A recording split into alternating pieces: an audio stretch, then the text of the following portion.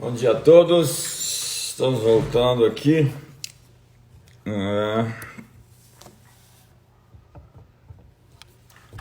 Vamos ver como é que tá aqui a luz.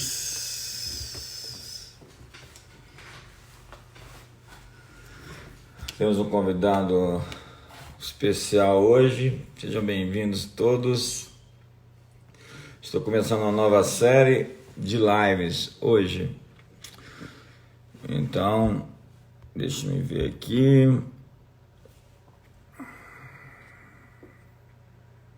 Já tá por aqui.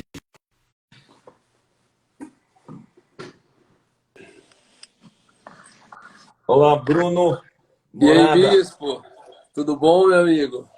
Que alegria te ver. Alegria te ver também. Honra estar aqui participando.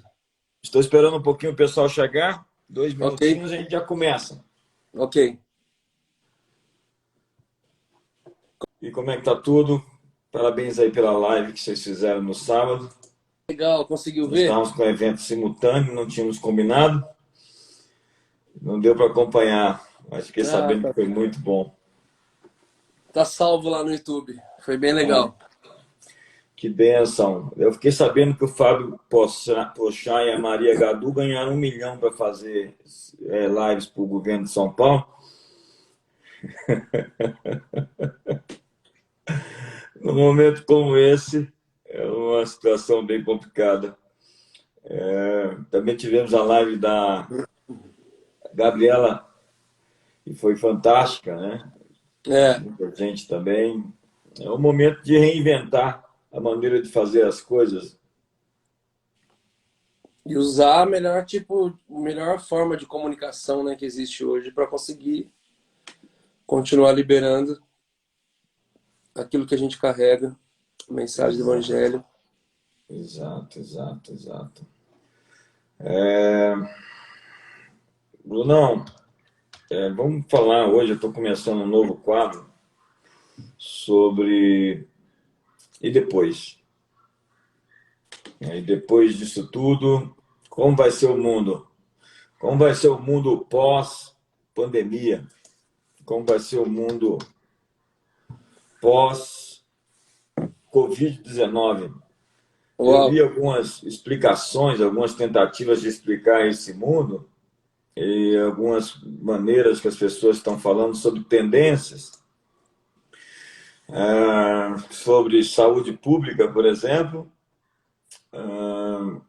Fala-se sobre um reset, uma espécie de divisor de águas capaz de provocar mudanças profundas no comportamento das pessoas. As pessoas se abraçavam, elas pegavam nas mãos uns das outras, elas não tinham muitos cuidados nesse sentido.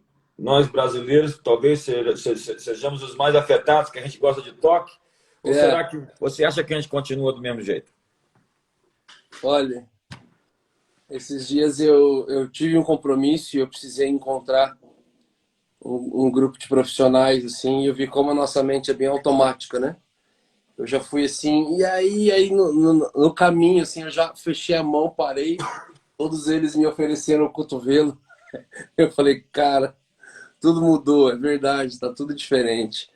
E o meu devocional dessa manhã, eu tava lendo, eu tava fazendo um estudo aqui sobre antes, durante e depois da crise. Esse foi o meu tema, e eu lembrei de umas anotações minhas, comecei a escrever novas coisas. Eu lembro que eu estava aqui em Ruth, capítulo 1, e o verso 2 e 3 ali, falando que cedeu nos dias que os juízes julgavam, houve fome na terra. Então, um homem de Belém de Judá saiu a peregrinar pelo campo de Moabe, ele, sua mulher, seus 2 filhos. O nome desse homem era Elimeleque, da sua mulher Noemi, e ali os filhos. É, e eles chegaram ao campo de Moab e ficaram por ali. Então, uma coisa que eu aprendi ali, que antes daquele, ele ouviu falar de uma forma que estava vindo, e a primeira coisa que ele fez foi juntar sua família e mudar. Eu sei que a gente não tem uma opção para onde correr nesse tempo, mas o que eu aprendi era que antes da crise, quando ouve-se falar em uma crise, uma das primeiras atitudes que a gente deve ter próprias em si é mudança. É de saber que, cara, as coisas vão mudar e eu preciso mudar com elas. Vai haver uma mudança aí.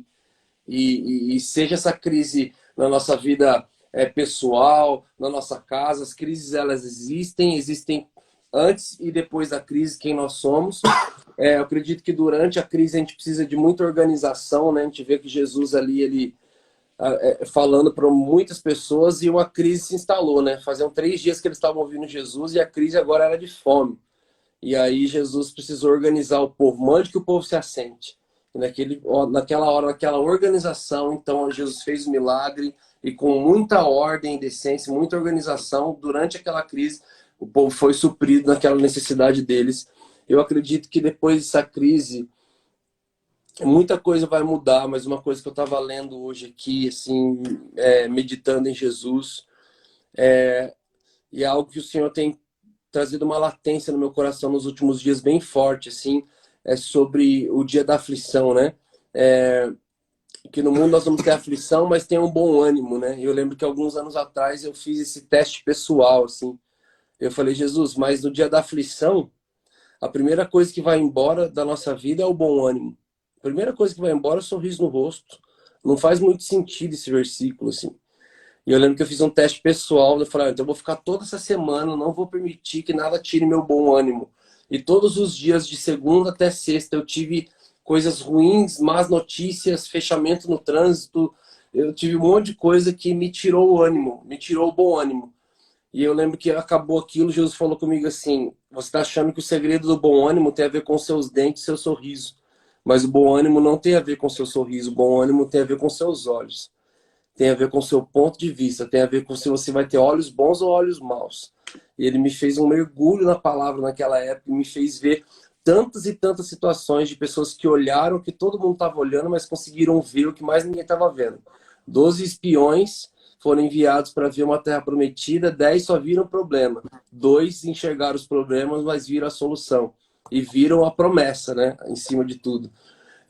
10 valorizavam gigantes, 2 valorizavam um cacho de uva que precisava de 2 gigantes daquele para conseguir carregar. Então, Deus começou a tocar os meus olhos, assim, e eu acredito que após tudo isso, a gente vai precisar. Eu tô vendo muita gente com olhos maus, sabe? Eu tô vendo que a gente está tendo olhos maus para tudo, muitos profetas do caos se levantando, realmente talvez estejamos vivendo os princípios das dores, mas eu acredito que depois de tudo isso a gente vai precisar ter olhos melhores, assim, a gente vai precisar conseguir encontrar em Jesus tudo isso, assim. E você, bispo, como é que você tem enxergado toda a situação, o pós da igreja? Eu estou aqui com a página aberta do Matt Walsh. Ele é um dos jornalistas mais assintosos do conservadorismo cristão, conservadorismo americano. Né? Ele é um sujeito ouvido por todos, muito respeitado. Ele mostra uma foto de como seria a projeção dos novos assentos das companhias aéreas no futuro. E ele diz assim, depois do corona vai ser desse jeito, o assento do meio já estava infeliz, quem sentava no meio. Mas agora eles querem aprisionar literalmente a pessoa como numa caixa de plásticos e forçá-los a sentar de frente para outra pessoa durante todo o voo. Ele diz, honestamente, eu prefiro apenas receber o coronavírus. Ele está dizendo, honestamente, vai mudar tanto assim minha vida, que vem o corona.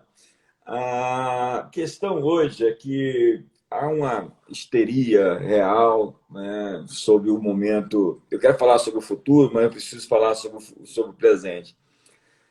Sobre o que está acontecendo hoje. Eu sigo algumas pessoas, já entrevistei aqui o Hélio Beltrão, entrevistei aqui o Anthony Wong, entrevistei na última sexta-feira o virologista Paolo Zanotto, que são especialistas em determinadas esferas de ciências e que têm realmente ido contra a perspectiva da manada, né?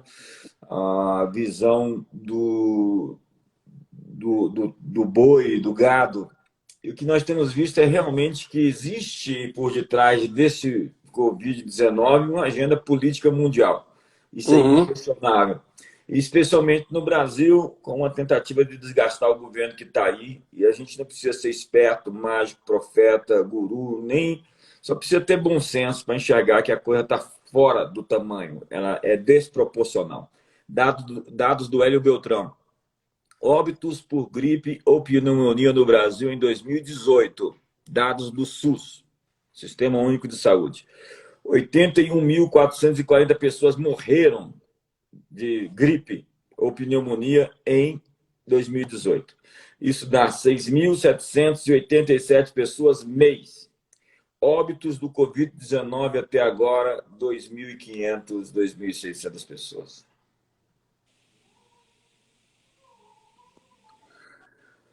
A minha pergunta é, o que está acontecendo? Né? Nós estamos vivendo uma batalha épica entre o bem e o mal. Você falou aí do princípio das dores. Você levantou uma bola para mim, eu gosto desse tema. Não era meu propósito falar sobre isso aqui, mas você levantou. Entenda que quando o texto foi escrito há 2.000 anos atrás, né, ali naquele monte, acima, 100 metros do Monte do Templo, eles estavam no Monte das Oliveiras. E dali você vê o inferno que Jesus cita, né, no capítulo 25, é um sermão inteiro. No capítulo 24 e 25 é um sermão inteiro com 3 perguntas, né? Que sinais haverá da tua vinda e tal. Jesus diz, não ficará pedra sobre pedra que não venha a ser derrubada e tal, tal, tal, tal, tal. E aí vem, e haverá fomes, guerras, pestes, terremotos, falsos cristos. Isso tudo é o início das dores. Ele continua a descrever. De 2.000 anos para cá, Bruno, quantos falsos cristos nós já tivemos? Quantos terremotos já ocorreram? Quantas pestes já aconteceram?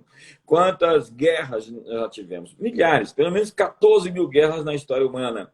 Né? Pestes como a gripe espanhola, como a peste negra. O imperador Marco Aurélio, no ano 160, morreu de uma peste dessas. Né? A igreja sempre presente, a igreja sempre avançou nesses momentos de calamidade. A verdade é que a gente Prefeito de São Paulo, prefeito ou presidente do Brasil morreu também com a gripe espanhola, né? 1905? Eu não sei, não tenho certeza. Então nós estamos vivendo ciclos e ciclos contínuos, né? Que é uma maneira de realinhar a sociedade. Eu estava conversando com a autoridade do governo esses dias, ele me disse, o mundo precisa de um realinhamento. Agora, tem alguns que querem realinhar o mundo por uma perspectiva progressista. A gente tem que fazer separação não de direita nem de esquerda, mas de progressista e conservadorismo. O progressismo ou o conservadorismo. O que é o conservador? É o sujeito que entende que a sabedoria do passado ela serve para hoje. Então, todos os fundamentos daquilo que foi conquistado, os avanços, né, científicos, morais, sociais, eles têm que ser preservados. Né? Tudo que foi outrora conquistado, valores como liberdade de expressão, direito de opinião, democracia, no verdadeiro sentido dela, não como querem aplicar hoje, porque hoje tem as pessoas que falam em nome da ciência, mas em que ciência? Eu falei aqui que eu entrevistei cientistas aqui, entrevistei também o Marcos Eberlin. Eles são totalmente contra toda a política que foi usada com relação à contenção ao vírus. Eu estava agora aqui com a imagem também, eu até escrevi aqui, de um cientista sueco. O nome dele é Johan Giesecke, infectologista. Daqui a 1 ano ou um pouco mais, veremos que a mortalidade entre países que adotaram quarentenas restritas e outros que adotaram modelos menos restritos será muito parecida, ajustando pelas características de cada população. Ele está dizendo que o que está sendo decidido em nome da ciência não é ciência, é especulação. É uma tentativa de resolver um problema que está em curso e que ninguém sabe ao certo qual é o melhor modelo para ser utilizado. Vertical, horizontal. A maneira como está sendo feita é muito criticada. A gente tem o Osmar Terra, tem o Hélio Beltrão, tem uma série de vozes hoje no Brasil que são contra a maneira como nós estamos lidando com a crise. O doutor Anton Ong disse para mim que quando o primeiro caso aconteceu no Brasil, 25% da população já tinha sido infectada. Ou seja, nós estamos caminhando para ter uma imunidade de rebanho. Né? Essa coisa de que todo mundo já adquiriu o vírus, 60% da população, e quando você me encontra, você já tem imunidade. Então, você não consegue transferir mais o vírus. Agora, é incrível, só para poder te passar a bola, que você toca em assuntos como esse, vem uma loucura em cima de você, de gente que acha que você é um irresponsável, que você está pela economia e não pelas vidas, que você virou um discurso binário de gente enviesada, onde você não pode colocar na mesa outras opiniões, porque nós agora viramos partido de discurso único, e o único discurso que tem que ser aceito é aquele que é transmitido pela mainstream, a grande mídia, principalmente capitaneada pela Rede Globo. Agora vem o Roberto Cabrini, ontem, né, desmistificando, desconstruindo, daqui a pouco vai levar tanto tiro. Eu tenho visto tanta gente levar tiro que eles pedem desculpa por ter falado ao contrário. Eu coloquei no meu Instagram a imagenzinha do presidente demitindo o Mandetta, que virou um oráculo, um guru. Eu não sei por que razão, né? Ele não fez quase nada, né? Ele só administrou um momento de crise e eu tenho minhas críticas, os vários especialistas também têm a maneira como ele conduziu isso. Eu coloquei a charge do presidente falando para o Mandetta, fique em casa. Dezenas de pessoas vieram me criticar. Olha só o tipo de crítica mais desonesta. Isso é um desrespeito com as famílias das pessoas que morreram. Outra pessoa escreveu assim, que charge mais inoportuna e sem graça. Nós estávamos fazendo piada no momento em que está todo mundo muito tenso, querendo relaxar um pouco. Eu fiz uma crítica agora, fiz um contraponto, agora estou inaugurando um novo quadro, chama-se Contraponto. Eu vou fazer algumas manifestações tentando desmistificar ou desfazer alguns argumentos, alguns sofismas que estão presentes na sociedade. O Edmund Nekiewicz escreveu um artigo falando que a fé não imuniza. E eu escrevi um artigo dizendo que a fé imuniza sim. E dei meus argumentos. Eu sou de uma teologia de fé, não da fé que coloca Deus em tentação, que tenta Deus, mas da fé responsável.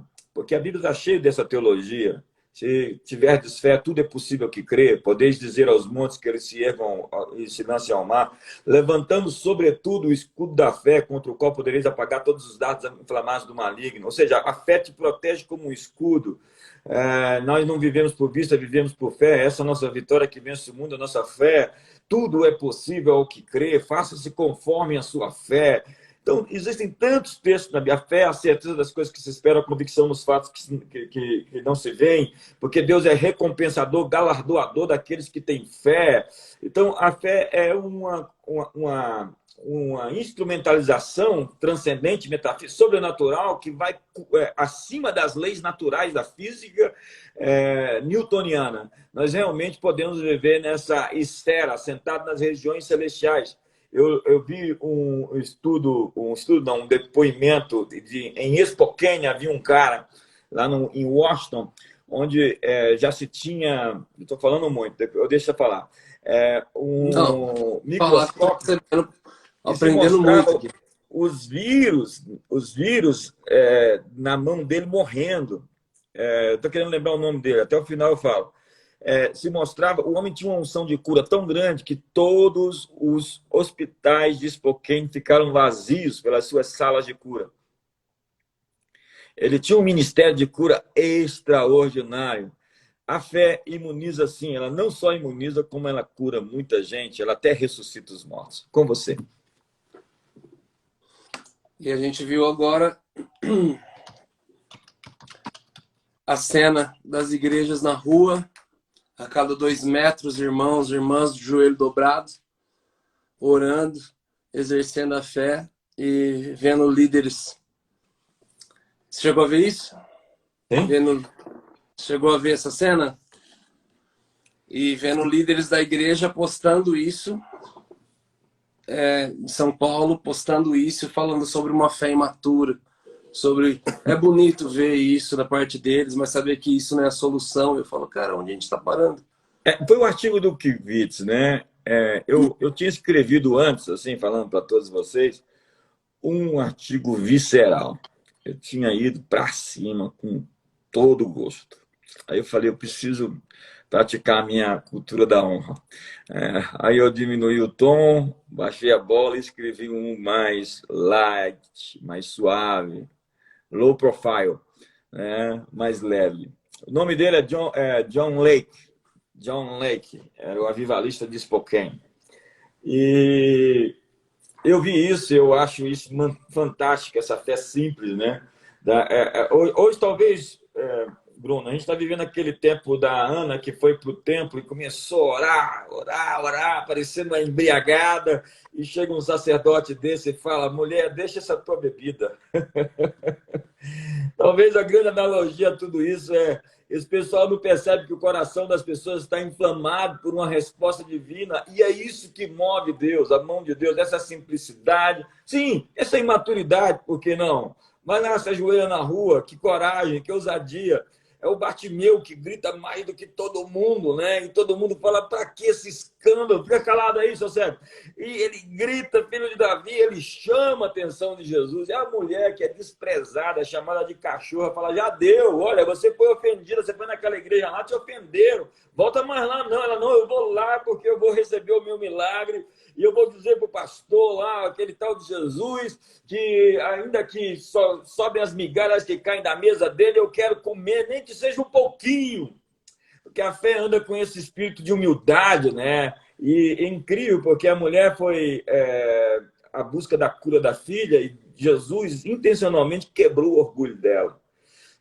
Ele trabalhou com a estrutura da arrogância, da jactância que existia naquela mulher. E no momento em que ela se humilhou, a filha dela foi libertada, foi liberta. Significa que tem muito filho opresso por causa do orgulho dos pais.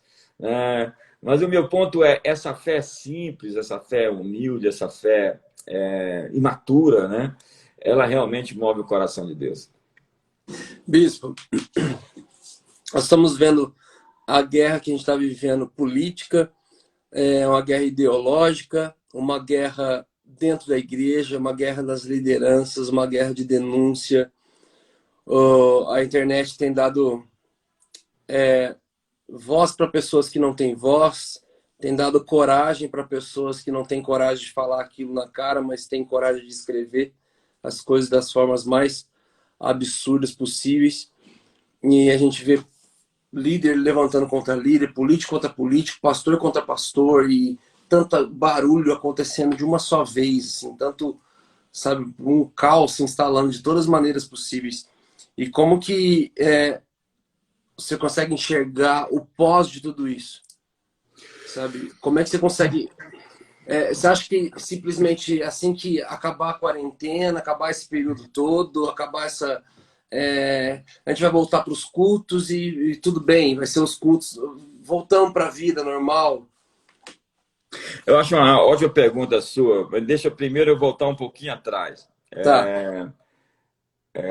Eu sou um cara da Bíblia, sabe? Apesar de pessoas que estão por aí dizendo que a Bíblia Ah, ela tem partes dela que são inspiradas e outras não, eu acredito na Bíblia de capa a capa, entendeu? Eu sou daqueles que acredita que se a Bíblia dissesse que foi Jonas que engoliu o peixe, eu acreditava também. uhum. Eu A gente acredito que nesse quesito que que as pessoas têm falado sobre a Bíblia ser inerrante, se elas, a parte que é inspirada, eu acho que as pessoas não conseguem comunicar, ou elas estão comunicando muito errado, ou que elas não estão conseguindo comunicar. É um fato que eu acredito sobre isso, e me corrija se eu estiver errado. Eu acredito que existe muitas coisas na Bíblia que são bíblicas, e muitas coisas na Bíblia que não são bíblicas. Então eu falo: Caim matou Abel, tá na Bíblia, mas é bíblico você matar teu irmão? Não. Salomão teve várias mulheres, tá na Bíblia, mas é bíblico você ter várias mulheres? Não.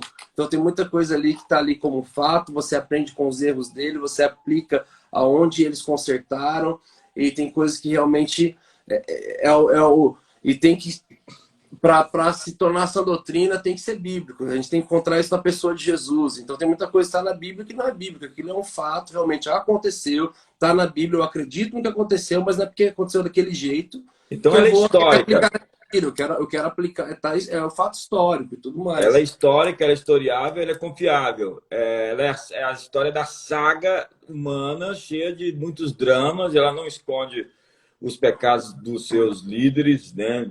Noé se embriaga, Davi adultera, né? Só tem um que não erra. É claro, a gente tem que ser compassivo e misericordioso, mesmo com aqueles que estão se desviando agora.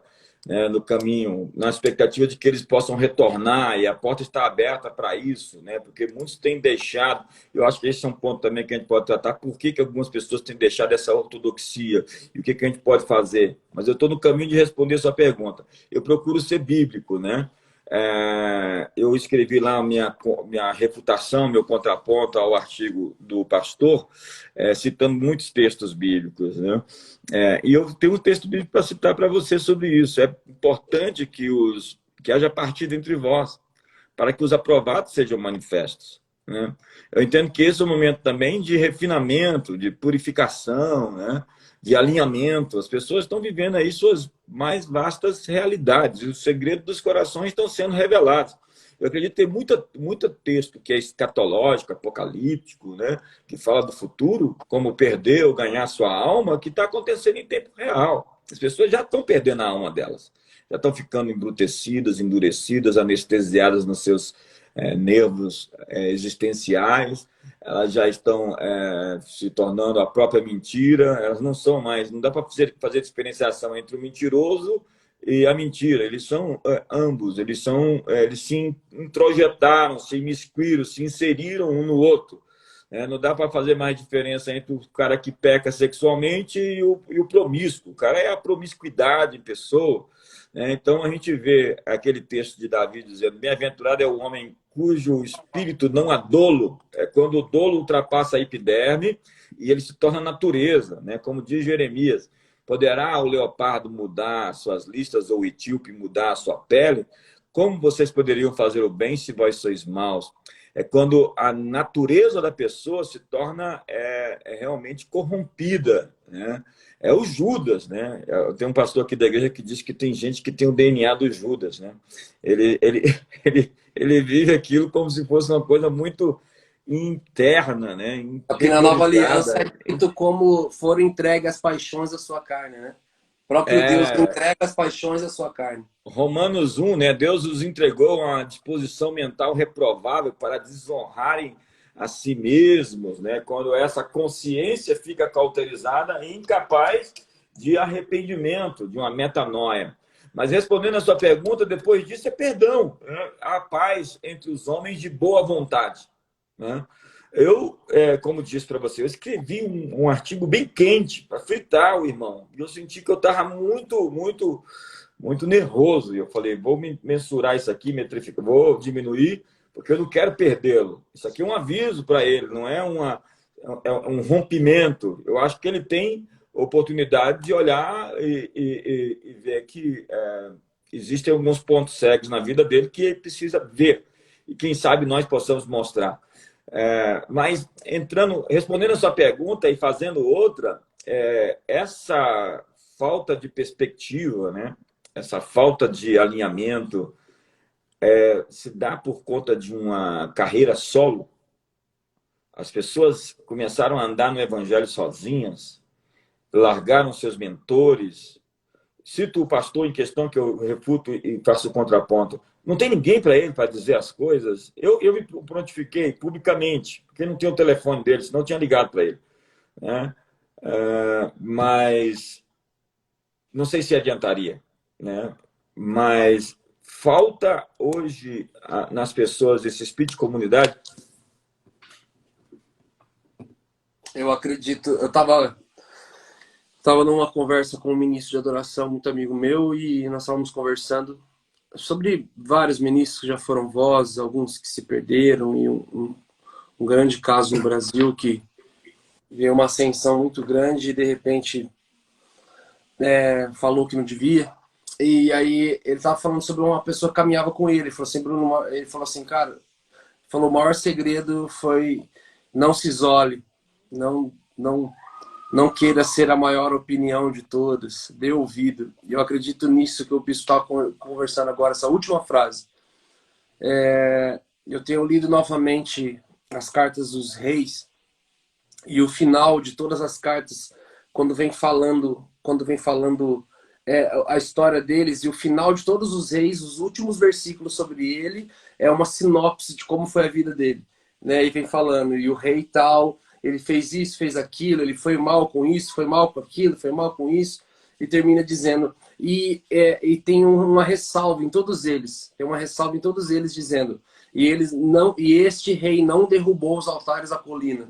E aí vem a história de outro rei que se levanta e no final fala, e ele não derrubou os altares da colina. Aí vem outro rei e fala, e ele foi reto, foi temente a Deus, fez o que agradava o coração de Deus, porém não derrubou os altares da colina. E sempre vindo uma ênfase no final da história de todos os reis, deixando claro que vários deles, daqueles que acertaram e daqueles que erraram, que no final de tudo eles acabaram não derrubando os altares da colina, somente um rei, se eu não me engano foi Josias, ele derrubou os altares da colina, mas no próximo reinado ele permitiu os altares da colina novamente. E esses altares da colina falavam dos altares exatamente, de um altar de falta de congregar, um altar perto de casa, onde eu não precisava ter que sair, ir lá no templo, ir lá sacrificar, ir lá pedir perdão, ir lá me arrepender, ir lá congregar, ir lá no átrio encontrar as pessoas, mas eu tinha aqui, estava perto da minha casa, eu não precisava ir. Eu acredito que realmente da velha aliança para a nova houve um êxodo do templo para as casas, mas a gente vê Jesus frequentando o templo. E hoje a gente vê, por causa de um Covid, por causa disso, novamente, um êxodo dos templos para as casas, e o templo tentando se comunicar com as casas dessa forma que nós estamos fazendo aqui. Só que vai acabar e a gente vai precisar encontrar um equilíbrio. Eu acredito que esse tempo trouxe uma denúncia de vários casamentos que já tinham acabado, e agora está sendo a denúncia para eles que realmente acabou. Eu vi vários memes legais nascendo nisso tudo, mas que refletiam uma verdade. Eu vi um cara postando a foto com a esposa dele falando assim, olha, esses dias aqui em casa eu parei para conversar com a minha esposa e eu até tô percebendo que ela é uma boa pessoa. Tipo assim, porque eles não tinham relacionamento nenhum. E agora esse relacionamento estava precisando acontecer. A gente vê a China registrando a maior taxa da história de divórcio no país. A maior da história de divórcio, porque as pessoas estão tendo que conviver juntas. É um restabelecimento do governo do homem, do governo sacerdotal, de uma descoberta em família, de realmente de voltar a brincar. A gente vê, condomínio que eu moro bastante, moram alguns juízes, moram algumas pessoas aqui, e as pessoas andando de bicicleta com os filhos, fazendo coisas que a gente não via fazendo antes. Porém, a gente crê que esse tempo vai acabar e a gente precisa acessar um equilíbrio em tudo isso, né? A gente precisa acessar um equilíbrio em tudo isso. Esse Incrível isso. isolamento social está fazendo mal para muita gente, está gente com coragem de escrever umas coisas que não teria coragem de falar na cara ou de falar no jeito que teria que falar, mas eu tenho dado uma atenção maior para esses altares da colina aí. Eu falo, cara, existe Incrível essa uma palavra. comodidade em ficar isolado que nos faz forçar a não querer viver o conjunto da comunidade novamente. Que incrível. Você que está acompanhando, talvez você chegou agora, o Bruno tinha falado antes sobre essa perspectiva do bom olhar. No mundo tereis aflições, mas tem de bom ânimo. E o bom ânimo não significa um sorriso no rosto, senão um olhar positivo com relação ao futuro. Ou seja, ter uma boa perspectiva. Jesus disse, se seus olhos forem bons, todo o teu corpo terá luz. Se seus seus olhos estão escuros, né, na escuridão, você vai ver tudo a partir das suas lentes, né, dos seus óculos. Se as suas lentes estão quebradas, tudo está quebrado. Se os seus óculos das suas lentes estão cheios de catarro, tudo é catarrento para você, né? Dependendo da forma como você enxerga a vida, tudo vai ser... Na verdade, você vê as coisas não como elas são, você vê as coisas como você é. E a segunda coisa muito interessante que eu ouvi o Bruno falar aqui hoje, o Brunão, é sobre os altares da colina. Muitas pessoas que não querem pagar o preço da comunhão. Algumas pessoas foram feridas na comunhão, mas só a comunhão sara quem foi ferido na comunhão. Então, É o poder de tocar o corpo, né? Sim, essa pergunta do depois, né? Se tem gente que vai querer congregar os web crentes mais pela internet, já que a gente teve que criar plataformas para poder congregar as pessoas digitalmente, se corre o risco de algumas pessoas realmente não removerem esses altares da colina, Bruno? Olha, eu acho que a minha pergunta estava realmente envolvendo isso. Eu acredito que todo esse êxito para as casas foi bom e necessário para esse reavaliar de tudo, do sacerdócio, da família, e acabou sendo bom, assim, que as pessoas precisaram se conectar e muitas denúncias vão acontecendo, né? Eu me vejo mesmo, eu tenho alguns negócios também, a gente está fazendo muita coisa, de repente estou resolvendo tudo, e meu filho está olhando para mim e falando, papai, vem brincar comigo. Papai, e aí, tipo, você fala, eu tô muito nisso aqui, eu preciso realmente abandonar isso aqui e fazer mais aqui. E realmente está tendo esse êxito todo que a gente vai aproveitar, vamos tentar tirar boas lições de tudo que está acontecendo, né?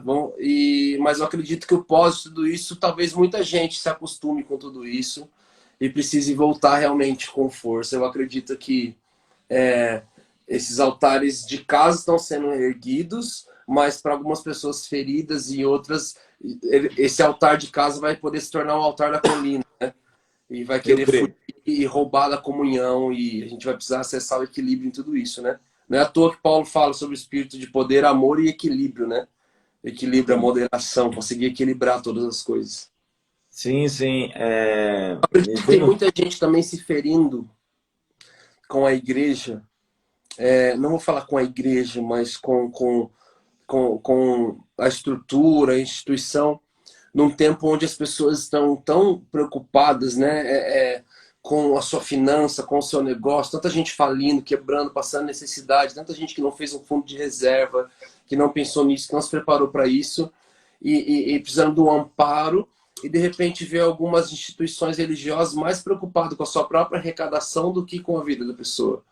Então, fazendo todos os meios para não para levar uma semente, uma palavra de vida real, mas para alguma forma tentar manter aquela estrutura de pé, porque também está sendo prejudicado. E de uma forma ou outra isso ficando claro para as pessoas. Eu tenho percebido isso um pouco. E isso Sim. também pode estar sendo tá tendo um colaborar assim em ferida com as pessoas, assim. Não sei o que o Bispo pensa disso. Sim, eu vejo que hoje nós estamos na ponta, né? Esses dias eu estava falando com a autoridade aqui na cidade. Falei, eu estou aqui em cima do monte com você, mas eu estou na ponta lá com o povo. E eu tenho visto a necessidade das pessoas de suprimento básico, como nunca antes eu tinha visto antes. Como nunca eu tinha visto antes, né? Porque há pessoas precisando de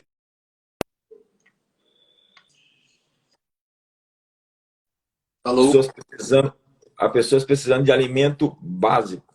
Há pessoas que estão realmente vivendo um extremo muito sério nesse momento. E pedir para aquela autoridade para tomar providência sobre isso, porque nós estamos vivendo esse momento. Sem falar também que os empresários, nós criamos até um grupo, nós temos 1.700 dentro do grupo hoje de empreendedores, 1.700 pessoas, que era para poder treinar elas com as mais variadas ciências, né? Desde contábil até como reinventar seu negócio digitalmente. E nós criamos uma plataforma onde as pessoas estão recebendo todos os dias informação e treinamento, sendo equipadas. A gente tentou sair na frente, a gente digitalizou, a gente criou agora um modelo de Exo Church, igreja exponencial, que vai manter-se depois que os cultos presenciais começarem, né? Mas a gente tentou, de todas as formas, se realocar, né? Se realinhar esse momento. E eu fico muito preocupado, na verdade, Bruno, com aquelas igrejas menores, que não têm condição de transmitir seu culto online, ou que não têm essa expertise digital, e como elas vão sobreviver nesse tempo, né? Tem gente que... O capital de giro de uma pequena empresa, da empresa pequena, é de até 27 dias. Nós já estamos aqui há mais de 30 dias em Brasília fechado. Estamos voltando. Mas e como vão sobreviver essas empresas, né? E as igrejas? As pequenas igrejas que pagavam as contas, e as grandes também, que pagavam as contas e esperavam a entrada para poder ir continuamente pagando e que não tinha fluxo, né? Dinheiro guardado. Como elas vão sobreviver nesse momento? Uhum. E eu estava vendo ontem o Caio Coppola falando que a cada 1% de pessoas desempregadas, 30 mil pessoas vão morrer. 30 mil pessoas vão morrer. E eu vou dizer, vão morrer mais pessoas por conta do desemprego por causa do Covid-19. Aqui nós não vamos, possivelmente, nós não vamos chegar em 10 mil. E por favor, você que está me assistindo, não me mande mensagem falando de subnotificação, que eu já estou farto disso. As pessoas estão muito obsessivas em tentar contrariar qualquer tipo de informação que não seja de acordo com aquelas que elas aprenderam. Agora nós temos especialistas, nós devemos a opressão dos especialistas que estão alinhados com a agenda em curso. Tem uma agenda. E o que eu tenho dito é, as pessoas não entenderam a agenda mundial e a agenda local. E a impressão dos subespecialistas, que são aqueles que aprenderam tudo sobre Covid-19, eu não aguento mais falar sobre pico epidêmico, subnotificação, cloroquina, queropropina, desculpa. É que com 2 dias, o segundo ou terceiro dia da quarentena, né, ele teve aquele virologista lá que postou um vídeo imenso no YouTube dele, lá de 1 hora e pouco. Eu entrevistei ele aqui, Paulo Zanotto. Mostrando os gráficos e que provavelmente 1 milhão de pessoas ia morrer só no Brasil. Não. Estamos falando de outro. Estamos falando do Atila. Tudo baseado no Imperial College, que foram os dados totalmente astronômicos, fora de questão. Assustou todo mundo. Trouxe um desespero assim, gigantesco, né? Mas eu acho que independente de tudo isso, eu tinha um amigo esses dias, ele estava falando, Bruno, eu estava com 2 pessoas na minha frente conversando. Um cristão e o outro não. E aí eu virei para o não cristão e falei assim, tudo isso é uma surpresa para você. Ele falou, cara, Meu Deus, ele virou para o cristão e falou assim, isso aqui tudo é uma surpresa para você? Ele falou, não. Assim, dentro de tudo que eu leio da Bíblia, tudo que eu leio na palavra, isso não é uma surpresa para a gente. Para quem caminha na palavra, conhece a palavra, a gente sabe que o tempo se aproxima e que ia vir caos sobre a terra e que, querendo ou não, muita gente foi pego de surpresa, mas que, no fim das contas, eu até brinquei com os amigos, né? Falei assim, olha, eu nunca tive vontade de ir para Israel, mas o dia que eu tive vontade de ir, Jesus me levou 2 vezes seguidas, eu falei para ele, a Bíblia saiu do campo que talvez estava a Marvel também na minha cabeça, assim, que tava os personagens dos desenhos infantis e das histórias que eu ouvi, misturado com o que era real e não. E a sensação de você estar pisando na palavra, a sensação de você estar pisando naquilo que você leu. E eu falei, cara, realmente, é fato, existe, sai. Eu falei assim, e tempos como esse, realmente também traz toda... tira uma pitada da escatologia nossa, que fica num negócio assim, que daqui 5 gerações, eu nem vou estar mais aqui quando acontecer tudo isso, tira e nos dá uma atenção de, opa, peraí, eu preciso estar preparado para tudo. Estamos falando agora, Bruno, sobre reinventar o capitalismo também, né? O modo de consumo das pessoas seria alterado e a maneira como se enxerga o capitalismo de lucros e acionistas, maximização dos lucros para os acionistas, parece que está alterando o modelo. Eu só vejo que em cada momento desse há os oportunistas, aqueles que se aproveitam para tentar implementar a sua agenda. Realmente o capitalismo, como ele existe, ele precisa de ajuste, mas não existe um outro modelo criado pelo homem, né, que tenha sido tão eficiente para a produção de riquezas como o capitalismo. E isso, digo, não o capitalismo de cowboy, não o capitalismo selvagem, qualquer coisa por mais alguns centavos de lucro. Realmente eu creio que em todas essas variáveis que existem, ainda que intencionalmente algumas pessoas tentam se dar bem e capitalizar ganho em cima disso, Deus vai ajustando a história. Nisso você acredita? Nós estamos tendo ajustes na história, Deus está comandando a história, como você disse, o Cordeiro está guiando a história para o seu fim. Meu Deus.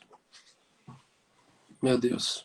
Eu tenho uma imagem mental do Salmo número 2 em mente. As pessoas, elas conspiram, elas tentam, trabalham e fazem, acontecem. Existe aí agora uma investigação que o Obama, a pedido do George Soros, fez uma investigação. Eu não sei também porque essa impregnação das pessoas pelo Barack Obama. O Obama eu só tenho assim, uma consciência de que as pessoas não entendem nem a agenda e elas são muito informadas por jornais. Elas não leem livros, elas não veem outras opções de outras literaturas. Eu li um livro de um brasileiro chamado Flávio Gordon e ele fala sobre a corrupção da inteligência.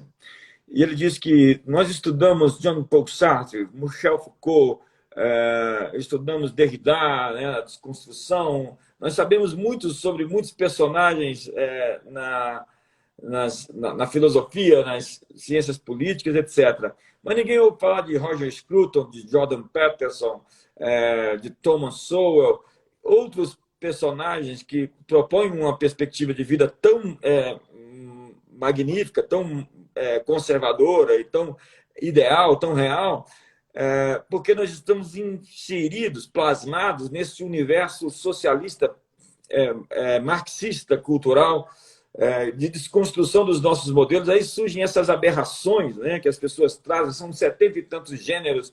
As pessoas querem agora se casar e no cartório, e casar com a pedra, com o peixe, com a árvore, e querem fazer agora poligamia de novo. Não existe uma sociedade rica poligâmica.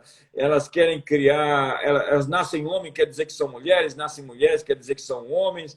E nós que acreditamos que existem homens e mulheres, nós somos loucos, obtusos, primitivistas, seres obscurantistas, ou seja, nós não somos normais. Nós nos tornamos a marginal da sociedade, né?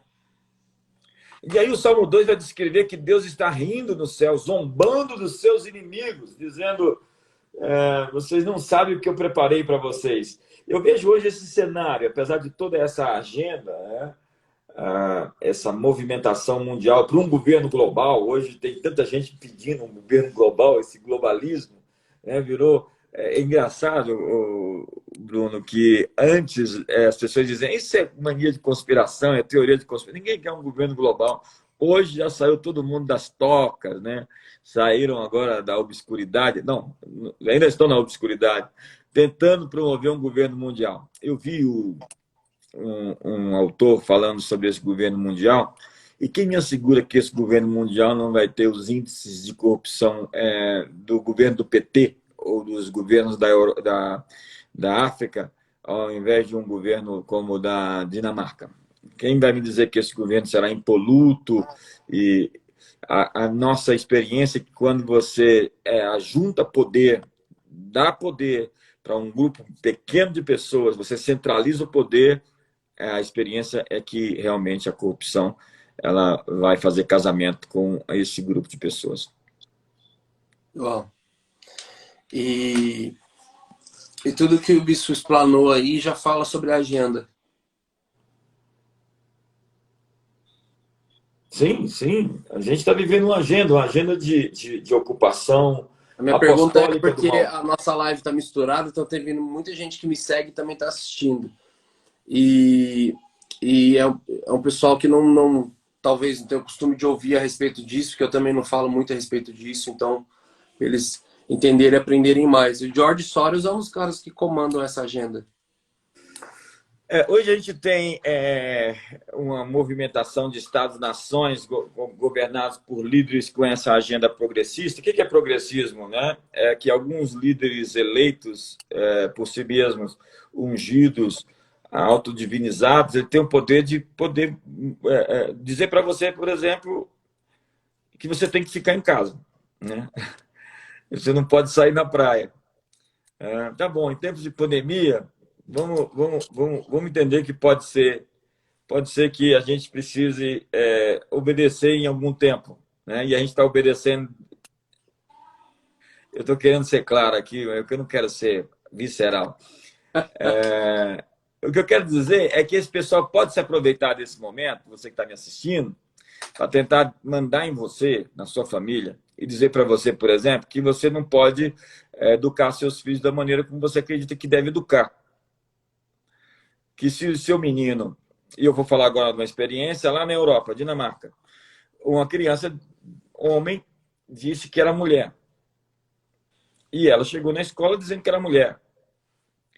E os professores progressistas disseram, então ela vai ser mulher, porque biologicamente ela é um homem, mas pode-se modificar o sexo, né? Pode-se convencer todo mundo de que ela não é homem, ela é mulher. E a família se opôs, dos pais, e o governo entrou para tomar a criança da família e entregar para entidades públicas. A família pegou as crianças, fugiu da Dinamarca e foi para a Polônia. O governo mandou uma nota de extradição, mandando que a família fosse extraditada de volta para o país de origem, e a Polônia disse: nós não vamos mandar a família de volta, porque aqui no nosso país, criança que nasce homem é homem, criança que nasce mulher é mulher, e nós não acreditamos nisso, por isso não vamos extraditar a família. Entenda que Estados-nações, e quando o Bruno, a Bíblia diz que, voltamos para Mateus 25, vai separar as nações, à sua direita, as ovelhas, e à sua esquerda, os cabritos, os bodes. Nós não estamos falando de pessoas, estamos falando de nações. Há nações ovelhas e há nações cabras. E há nações hoje que sucumbiram a esse ideal, dessa agenda infernal. Lembra de Isaías, capítulo 14, que fala de Satanás: tu destruíste o teu povo? O que o Maduro está fazendo? Está destruindo o povo dele. O que o Kim Jong estava fazendo?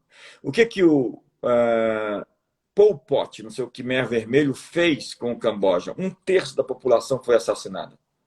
O que o Mao Tse Tung fez com 70 milhões de pessoas nos seus campos da fome? Ele estava destruindo. A natureza luciferiana é de destruir o povo através de políticas de controle social. Então, nós temos aí uma lógica de alguns políticos, como o governador Wellington Dias, lá no Piauí, que disse que o governo poderia entrar dentro das casas, esvaziar as casas e confiscar a casa para o governo, para a contenção do coronavírus. Isso, na prática, já é socialismo, comunismo, né? Isso aconteceu lá no Piauí, vocês devem ter visto esse vídeo, onde os soldados entraram dentro de uma loja, engravetaram o empresário, o comerciante, algemaram ele passou mal com epilepsia. Tá, alguém vai dizer, mas ele tinha desafiado os soldados antes. Nada justifica isso. As pessoas sendo presas nas praias, as pessoas sendo presas nas praças em Araraquara. Onde nós vamos chegar com isso? Até onde nós vamos chegar? A pergunta é uma pergunta de um professor da Universidade de Tel Aviv. Precisavam, né? Sim, sim. É a pergunta de um professor da Universidade de Tel Aviv, Michael Kornick. Depois que isso tudo passar, quem garante a nós que o governo vai recuar dessas políticas? Quem garante a nós de que agora o governo não vai querer entrar dentro das igrejas como entraram? E dizer como é que tem que ser o nosso culto? Quem garante a nós que as pessoas vão ter a liberdade que tinha antes disso tudo? Quem garante somos nós, que vamos ter que marcar posição a fim de que nós não nos tornemos a Revolução dos Bichos de George Orwell ou 1984, onde você não pode mais nem expressar a sua opinião, porque, segundo a ADO 26, onde o Supremo Tribunal Federal fez uma lei, o Legislativo não faz lei, quem faz é o Supremo, homofobia e críticas à ideologia de gênero pode se configurar em crime. Crime de quê? De opinião? Aí eu cito Voltaire. A França, o jeito que tá, eu fui na França ano passado, eu fiquei em choque. Não sei se o bispo já esteve lá, ou qual foi a última vez que esteve lá. Eu estive na França agora, em 2018. Eu fiquei chocado com Paris, não é mais Paris.